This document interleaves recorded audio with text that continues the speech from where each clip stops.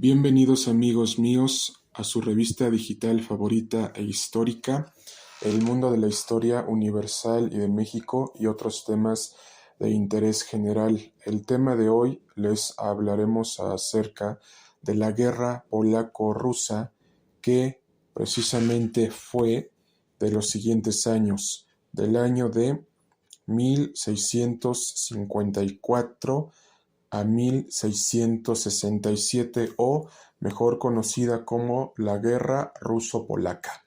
¿Listos ya? Vamos allá y empezamos. En esta cápsula les hablaremos sobre el prólogo y los antecedentes de dicha guerra.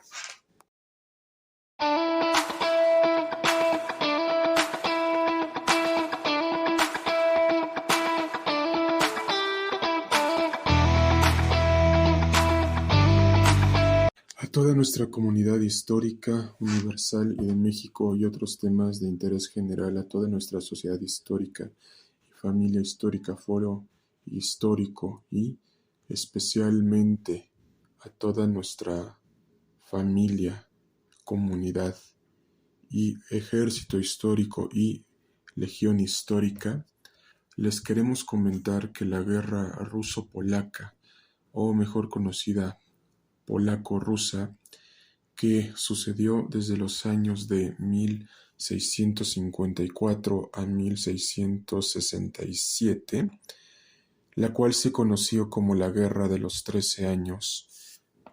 Se le considera como el último conflicto prolongado entre el zarato ruso y la mancomunidad polaco-lituana, porque en Polonia se le considera parte del diluvio, que fueron precisamente la guerra de los 13 años que sucedió entre el zarato ruso y la mancomunidad polaco-lituana, porque principalmente esta guerra se derivó de lo siguiente, que acabó con las significativas ganancias territoriales, es decir, de territorio para Rusia, y a su vez también había marcado su ascenso a la categoría de gran potencia en el este de Europa, lo cual vemos que esto fue previamente ocupado por la mancomunidad polaco-lituana.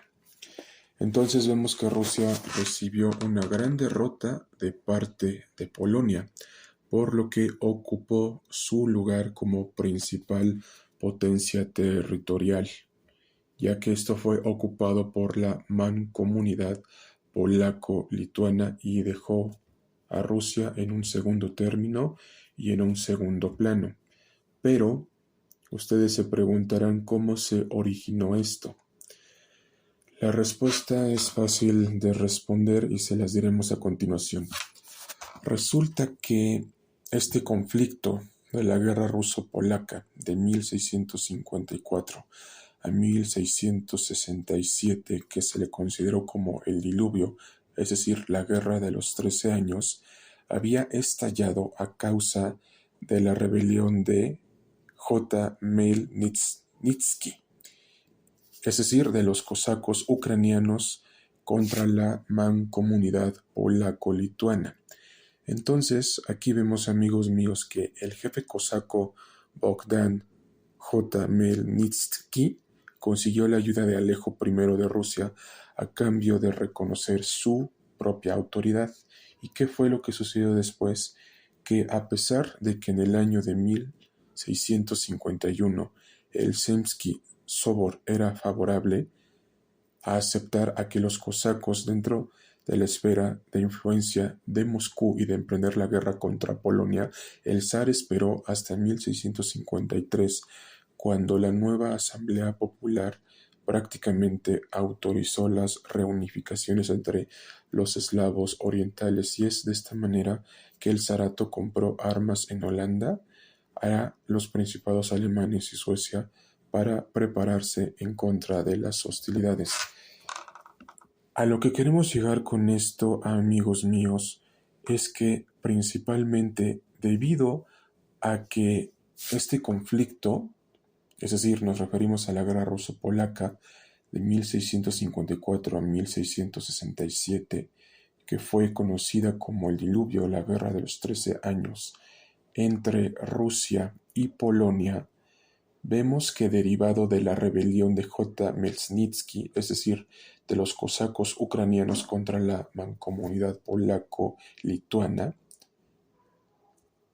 se deriva de lo siguiente, que el jefe cosaco Bogdan J. Melnitsky había pedido la ayuda y conseguido el apoyo de Alejo I de Rusia a cambio de reconocer su autoridad sobre la mancomunidad polaco-lituana. Pero esto originó que en el año de 1651 el Zemski Sobor pidió lo siguiente, que se aceptara a los cosacos dentro de la influencia de Moscú para que se emprendiera una guerra en contra de Polonia, por lo que el zar esperó hasta el año de 1653 para que la nueva Asamblea Popular autorizara la reunificación de los eslavos orientales, y fue en este momento que el zarato empezó a comprar armas en Holanda y a los principales principados alemanes y en Suecia para prepararse en contra de estas hostilidades y declararle la guerra a Polonia. Y esto es un dato interesante porque todo fue manejado maquiavélicamente para que Rusia siguiera en la cima de las potencias mundiales y mantuviera su poder en toda Europa. ¿Y qué pasó después de esto, amigos míos? Resulta que después de que los cosacos ucranianos ratificaran el tratado en la Rada de Pereyaslav, la guerra ruso-polaca, o mejor conocida como polaco-rusia, fue inevitable a pesar de que se haya firmado este tratado, por lo que, derivado de todo lo anterior, el zar se vio en la necesidad de declarar la guerra a Polonia, es decir, principalmente aquí, amigos míos, vemos que, y se reitera una vez más, que una vez que los cosacos ratificaran, es decir, los cosacos ucranianos, ratificaran el tratado de la Rada de Pereyaslav, es decir, una vez que se ratificara este tratado, se debía de evitar la guerra, pero no fue así, porque la guerra ruso-polaca, o mejor conocida, la guerra polaco-rusa, fue inevitable y estalló. ¿Y cómo estalló esta guerra? Resulta que el zar declaró la guerra a Polonia-Lituania dentro de la mancomunidad polaco-lituana el 4 de mayo de 1654, por lo que de esta manera el zar Alejo pretendía apoderarse de la costa del mar Báltico, por lo que las ofensivas rusas se concentraron en Lituania, y lo cual dio origen a lo siguiente, que el primer objetivo de esta conquista era Bielorrusia, sus ciudades de Smolensk, Mstislav, Magilov, Orsha, Gomel, Rechitsa, Polotsk y Vitebsk, y gran parte de las cuencas del Duna y el de Dnieper, es decir, las vías de comunicación con Suecia,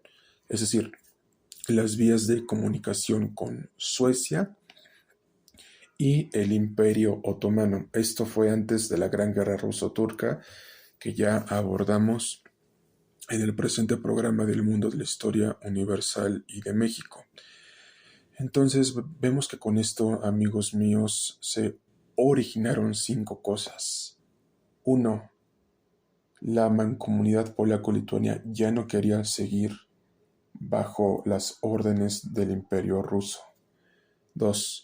Originaron esta guerra para que Polonia fuera una ciudad independiente, un estado independiente. 3. Rusia no iba a perder su dominio de toda Europa sin dar una guerra.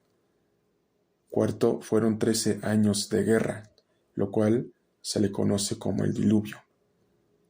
Y quinto y último lugar, esta guerra fue algo personal para Rusia y la mancomunidad polaco-lituana, porque principalmente Rusia no iba a perder su poderío militar, social, económico, militar y financiero sobre toda Europa. Entonces, aquí les queremos hacer la siguiente pregunta. ¿Qué opinan de este conflicto militar, político y naval en la historia de Europa? Nos podrán mandar sus comentarios y sugerencias al WhatsApp y Telegram 55 44 51 7973 y al correo electrónico elmundodelahistoria@gmail.com. Y nos vemos en un próximo episodio de El mundo de la historia universal y de México y otros temas de interés general. Hasta pronto, amigos, cuídense mucho y nos vemos próximamente en El mundo de la historia universal y de México.